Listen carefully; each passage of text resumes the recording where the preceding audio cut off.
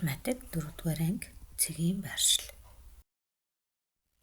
За дараах дасгалыг ажиллацгаая.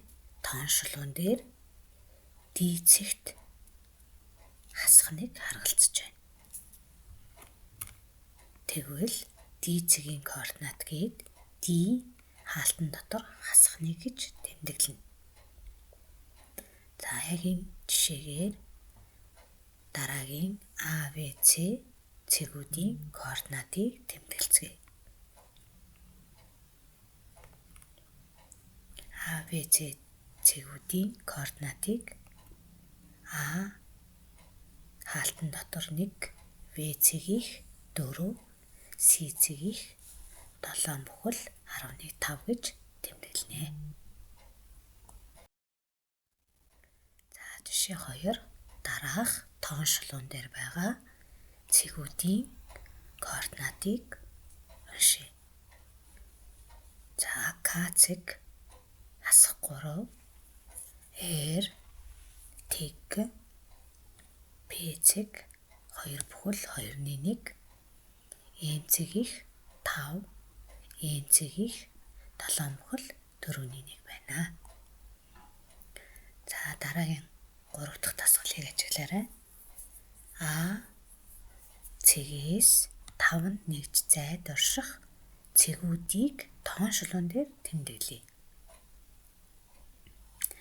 За А цэг бол 3 дээр байна тийм ээ. Тэгэхээр 5 нэгж зай гэхээр 8 болно. За 8 дээр V цэгийг тэмдэглэсэн.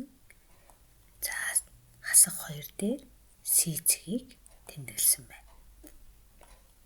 За эндээс С, А, В цэгийн байршлыг тэмдэглэсэн байна.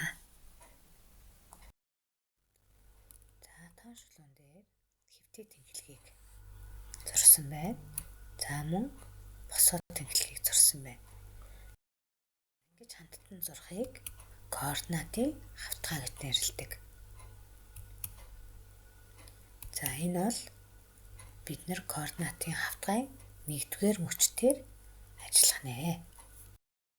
Координатын хавтгай 1-р мөчтөөр А цэгийг одоо тэмдэглэцгээе. За хэвтээ тэнхлэг дээр 5, босоод тэнхлэг дээр 3. За энэ хоёрын огтлцлыг цэгийн координат гэж бичдэг. За тэгвэл энэ А цэгийн координат ах нэ. За одоо А цэгийн координатыг А гээд хаалтан дотор хэвтээ тэнхлэгийнхээ хуваарийг хэлж чинь. За дараа нь босоод тэнхлэгийнхээ хуваарийг бичнэ. За тэгвэл А цэгийн маань координат 5, 3 байх нэ. За одоо хамтдаа В цэгийн координатыг бичье. За тэхийн тулд В цэг маань хэвтээ тэнхлэгийн 9 гэсэн хуваар дээр байна. За босоод тэнхлэгийн 8. За энэ хоёрын огтлцээр В цэг. За В цэгийн координатыг хэвтээ тэнхлэгээс нь эхэлж бичнэ. 9, 8 гэж бичгэнэ. За дараах однуудын координатыг бичье. За эхний од 1, 6 дээр байрласан байна. Дараагийн од 4, 8 дээр огтлцол дээр байрласан байна. Дараагийн одны координат нь бол 5, 10 байх нэ. За 7, 11 дандаа хэвтээ хуваараа хасаа тэнхлэгийнхээ хуваараас эхэлж нэрлэх нэ. За 9, 11, 8, за 14, 7 гэсэн 7 дахь одны маань байршлах нэ. За ABC гурвалжны оройн цэгүүдийн координатыг бичье. За А цэгийн координатыг нэрлээрэй хүүхдүүдээ. За А цэг бол хэвтээ тэнхлэгийн хуваараас эхлэх ёстой учраас аль нь зөв бэ гэдгийг харъя.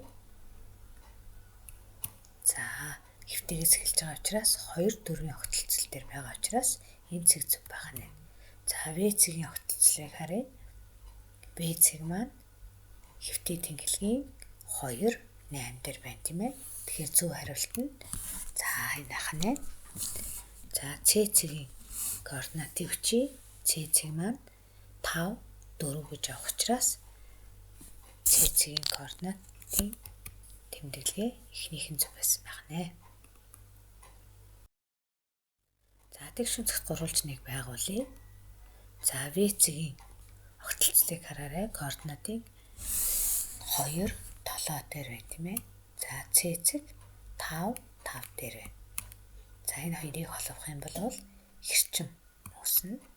За дараагийн А-цэгийг координатыг олъё. 2, 5 дээр хагна. За цэгээ шилжүүллээ. За одоо V C-цэг маань хэвээрээ А-цэгийн байршил өөрчлөгдөж байна. За хэд дээр очсон бэ хүүхдүүдээ? За тэр цэгийг олж тэмдэглээрэй. За өгсөн координатуудын цэгүүдийг тэмдэглэе. Үсгийн дараалал цэгүүдээ хэрчмээр холбож дүрс зураарай.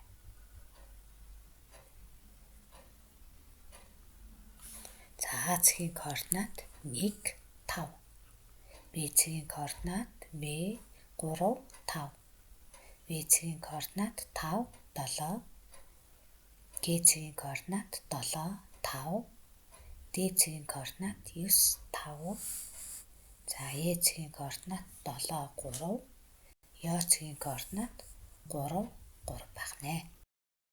За ийм дүрс үүссэн байна. За өөрөختөөгөө харьцуулж хараарай.